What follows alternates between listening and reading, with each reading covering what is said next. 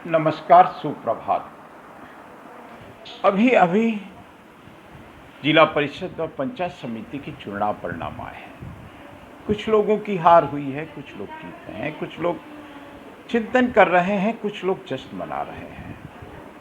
ऐसा हर 5 साल में होता है, कुछ नया नहीं है। सांसद के चुनाव होते हैं, विधानसभा के चुनाव होते हैं, जिला परिषद के चुनाव होते हैं, पंचायत समिति के, यहाँ तक कि वार्ड पंच और सरपंचों के चुनाव भी होते हैं। प्रजातंत्र है ये, सत्ताएं बदलती हैं, बहुत कुछ बदल जाता है। चूंकि मैं सिरोही रहता हूं, सिरोही की बात करूंगा, सिरोही टेम्पल्स के माध्यम से बात करूंगा, देव दर्शन के माध्यम से बात करूंगा। आज की चर्चा किसी के हार जीत की चर्चा नहीं है। आज की चर्चा सिरोही के महान इतिहासकार की उन 2 लाइनों से शुरू हो रही है जो शायद आपने नहीं सुनी होगी या सुनी होगी। डॉक्टर सोहनलाल पटनी साहब, मेरा सौभाग्य रहा, मैं उनके लंबे समय तक सानिध्य में रहा।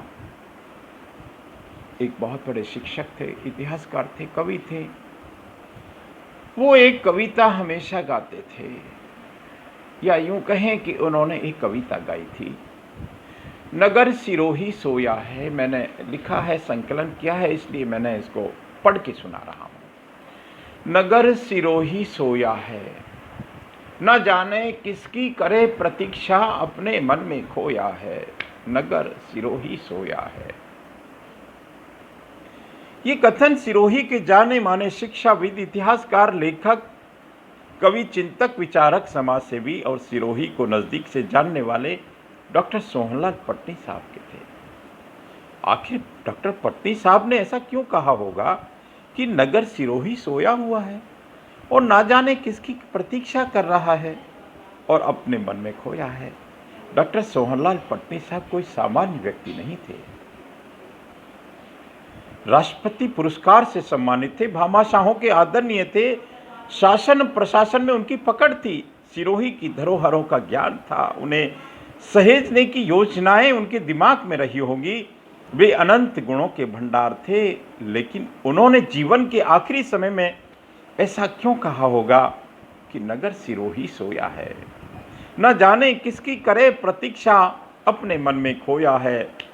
सिरोही वालों को यह चिंतन तो करना ही चाहिए।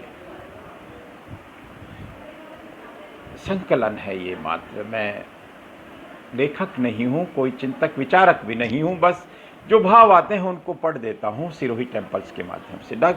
स्वर्गीय डॉक्टर सोहनलाल पटनी साहब का 20 सालों तक मुझे सानिध्य प्राप्त हुआ। वे सिरोही के आध्यात्मिक खजाने के बारे में लगातार चिंतनशील रहते थे।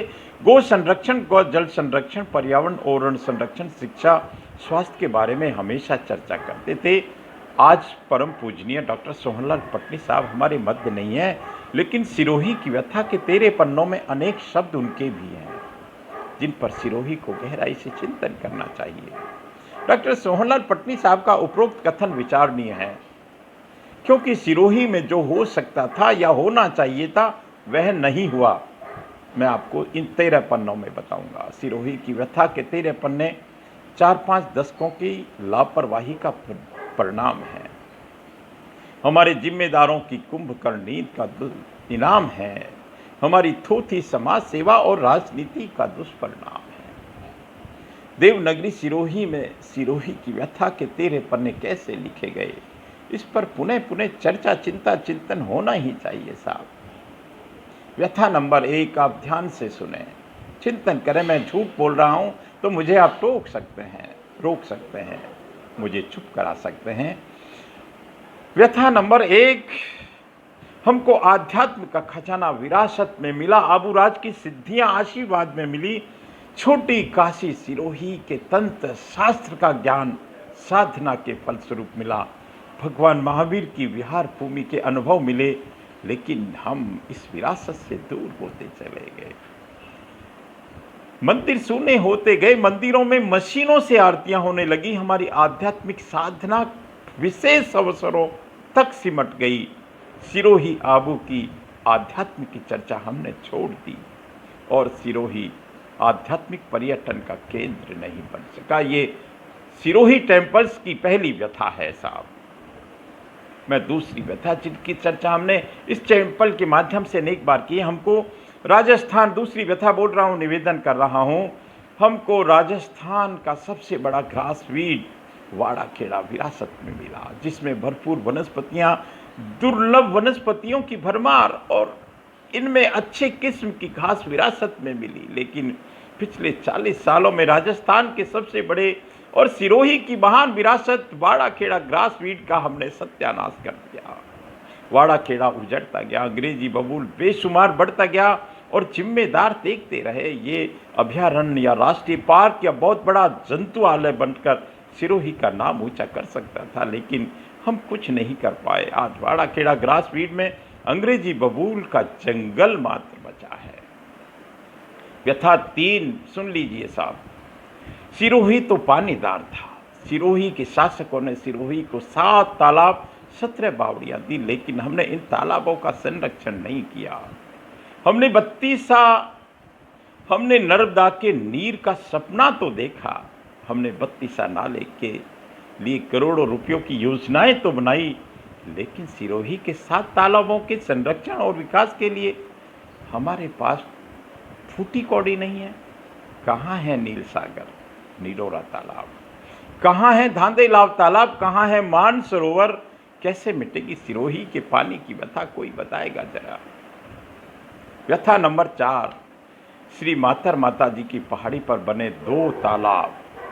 श्री मातर माता जी की पहाड़ी पर बने 2 तालाब माउंट आबू की नक्की झील से कम नहीं है साहब, और उसी तर्ज पर ये तालाब सैकड़ों साल पहले सिरोही के महान शासकों द्वारा बनाए गए थे। लेकिन धन्य है हमारी लापरवाही की पराकाष्ठा, हम पहाड़ी पर बने इन 2 खूबसूरत तालाबों को नहीं सहेज पाए। सिरनवा की पहाड़ी पर बने श्री मातर माता जी के तालाबों के संरक्षण को कोई बात नहीं करता आज। इससे बड़ा आश्चर्य और क्या होगा। व्यथा नंबर 5 में निवेदन करता हूँ। कहते हैं सिरोही जिले में ओरणों की भरमार है। मैंने सर्वे किया है, मैंने उनकी यात्रा की है देवदर्शन पर्यावरण सुरक्षा संस्थान के माध्यम से। ये पर्यावरण के पोषक हैं, पशुपालन और वन्य जीव जंतुओं के लिए सहारा थे, लेकिन वहाँ रे अंग्रेजी बबूल तो हमारे देव स्वरूपी ओरणों को ही खा गया। हम अंग्रेजी बबूलों को देखकर सोचते रहे कि हमने जंगल बचा लिए। सिरोही को ओरण संरक्षण अभियान चलाकर देश में एक मिसाल कायम करनी चाहिए। व्यथा 6 और 7 को मैंने संकलित किया है। सिरोही तो प्रकृति का प्यारा जिला है साहब, क्योंकि यहाँ आबू राज है, यहाँ जिसकी महिमा में ग्रंथ लिखे जा सकते हैं, लेकिन हमारे लाख प्रयासों के बावजूद सिरोही जिले का पानी गुजरात बहकर जाता रहा। हम सेही बांध के पानी को सिरोही ला सकते थे साहब, हम सेही बांध के पानी को सिरोही ला सकते थे, लेकिन हमने इसका भी चिंतन नहीं किया। चिंतन किया तो आवाज़ नहीं उठाई, और आवाज़ उठाई तो जयपुर दिल्ली नहीं पहुंचाई। हमने पानी सहेजने के लिए तालाब बांध तो बनाए, लेकिन इनकी नियमित डिसिल्टिंग हमने नहीं की। ये हम जानते हैं, तालाबों बांधों में भराव क्षमता कम होती है। लगातार मिट्टी बहकर आने से तालाब बांधों की डिसिल्टिंग नियमित होनी चाहिए। इसका एक सामाजिक आंदोलन होना चाहिए। व्यथा नंबर 8, सिरोही नगर के 3 पार्कों को छोड़कर मैं जिम्मेदारी से कह रहा हूँ, सभी पार्कों की दुर्दशा से सिरोही वाकिफ है। हाउसिंग बोर्ड के 9 पार्क कैसे विकसित होंगे, किसी के पास कोई जवाब नहीं है। हमने फुलवारी और लान के भरोसे 30 साल इंतजार किया, और अब और कितना इंतजार करेंगे, समझ से परे है।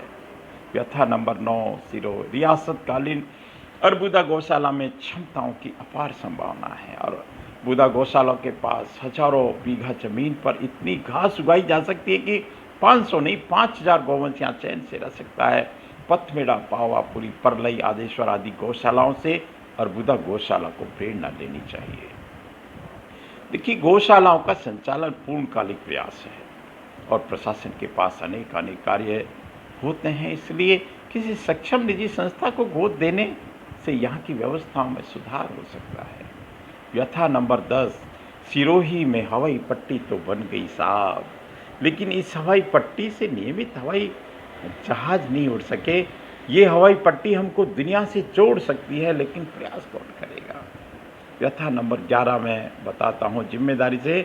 सिरोही मुख्यालय को रेलवे से जोड़ने का सपना आज हर सिरोही वासी का है, लेकिन लगता है सिरोही आंदोलनों की भाषा अब फूल चुका है, इसलिए चुपचाप बैठा है, मौन धारण कर लिया है। अगले 2 साल सिरोही मुख्यालय को रेलवे से जोड़ने का जन आंदोलन सिरोही को करना चाहिए और हमारे जनप्रतिनिधियों को इसमें अग्रणी भूमिका निभानी चाहिए।